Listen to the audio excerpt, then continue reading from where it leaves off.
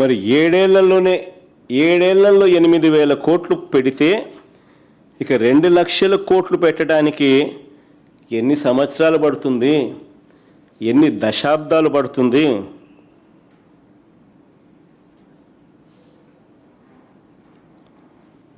ఈ లెక్కల ప్రకారం చూస్తే అందరూ కూడా ఆలోచన చేయాలి ఈ విషయాలన్నీ కూడా.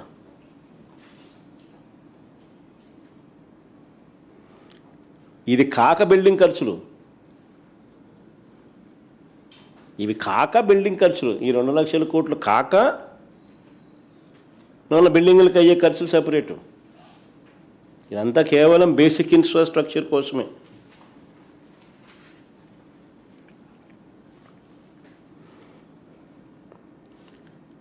ఆశ్చర్యం ఏమిటో తెలుసా? కేవలం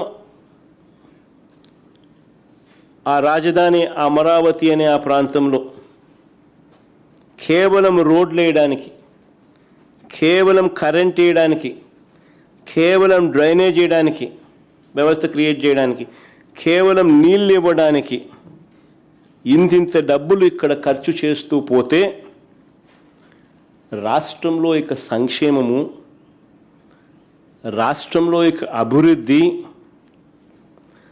రాష్ట్రంలో ఇతర ప్రభుత్వ బాధ్యతలు, వీటి పరిస్థితి ఏమిటి?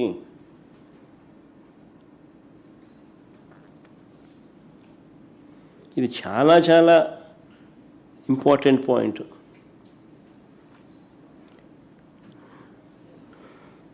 నిజంగా ఇప్పటికే చంద్రబాబు నాయుడు గారు తన స్కాముల కోసం అమరావతి మీద చంద్రబాబు నాయుడు గారు అప్పులు తెచ్చి అమరావతి పేరిట స్కాములు చేస్తూ చంద్రబాబు నాయుడు గారు కుమ్మరించడం వల్ల దాని ప్రభావం ఇప్పటికే రాష్ట్రం మీద కనిపిస్తూ ఉంది. ఇప్పటికే మీరు గమనిస్తే రాష్ట్రంలో నాడు నేడు పనులు ఆగిపోయాయి. స్కూళ్ళు, హాస్పిటళ్ళు పట్టించుకునే నాతులు లేడు.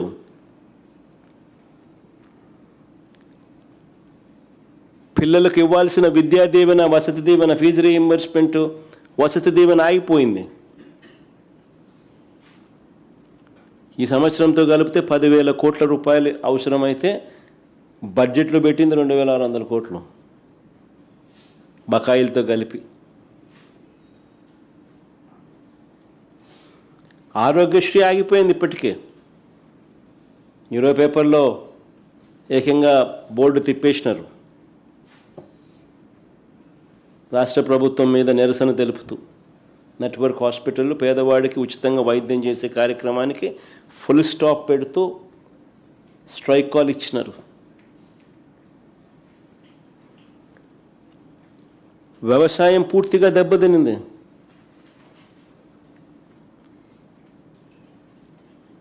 రైతులకు ఏ పంటకు గిట్టుబాటు ధర రాని పరిస్థితి, కనీసం ఇంటర్వ్యూన్ అయ్యే పరిస్థితి లేదు. ఉచిత పంటల బీమా గాలికి ఎగిరిపోయింది. ఇప్పటికీ ఆర్బీకేలు నిర్వీర్యమైపోయాయి. ఈ క్రాప్ జరిగిందా లేదా పట్టించుకునే నాతులు లేడు. మెడికల్ కాలేజ్ పనులు పూర్తిగా ఆగిపోయాయి.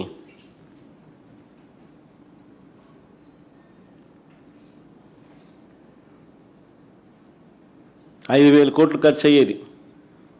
సంవత్సరానికి 1,000 కోట్లు పెడితే చాలు మెడికల్ కాలేజీలు పూర్తయ్యే పరిస్థితి నుంచి ఆగిపోయాయి.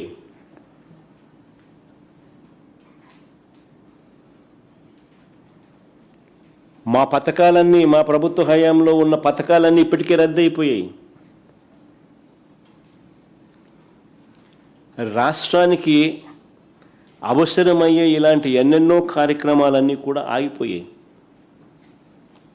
చివరకు చంద్రబాబు ఇచ్చిన సూపర్ 6, సూపర్ 7 హామీలకు కూడా మోసాలుగా మిగిలిపోయాయి.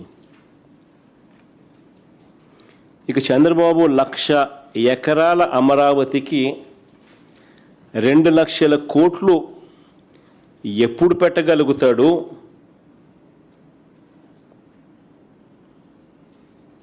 ఎలా పెట్టగలుగుతాడు? ప్రజలకు ప్రభుత్వం తప్పనిసరిగా బాధ్యతాయుతంగా చేయాల్సిన మంచి ఎప్పుడు జరుగుతుంది, ఎలా జరుగుతుంది? ఉద్యోగస్తులకు 36,000 కోట్లు బకాయిలు ఇప్పటికే.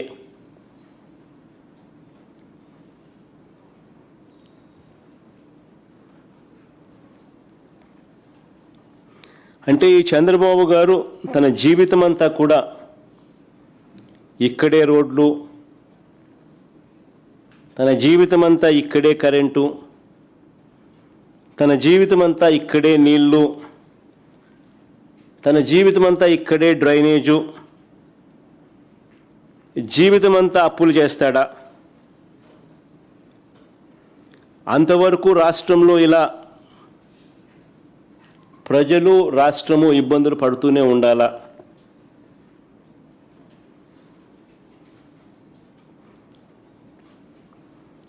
ఇలాంటి పరిస్థితుల్లో చంద్రబాబు చెప్పిన 1,00,000 ఎకరాల అమరావతి ఎప్పటికి పూర్తవుతుంది?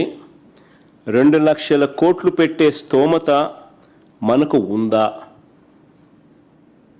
ప్రతి ఒక్కరూ ఆలోచన చేయాలి ఈ విషయాలన్నీ కూడా. ఎందుకనంటే బుడిదేయడం సులభం, కానీ ప్రాక్టికల్గా ఆలోచనలు అన్నది ఒక లీడర్గా, ఒక స్టేట్స్మెన్గా చేయాల్సిన ధర్మం నాయకులపై ఉంటుంది. ఈ ప్రశ్నలన్నీ కూడా అడుగుతున్నారనే అసెంబ్లీలో తీర్మానం అంటూ,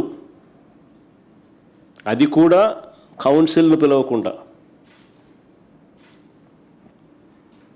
తానేదో గొప్పగా సాధించినట్లుగా ప్రజలను పూర్తిగా మభ్యపెడుతూ తాను చేసే స్కాములకు స్టాంప్ వేసుకునే కార్యక్రమం, డైవర్ట్ చేసే కార్యక్రమాన్ని మాత్రమే వాడుకుంటున్నారు.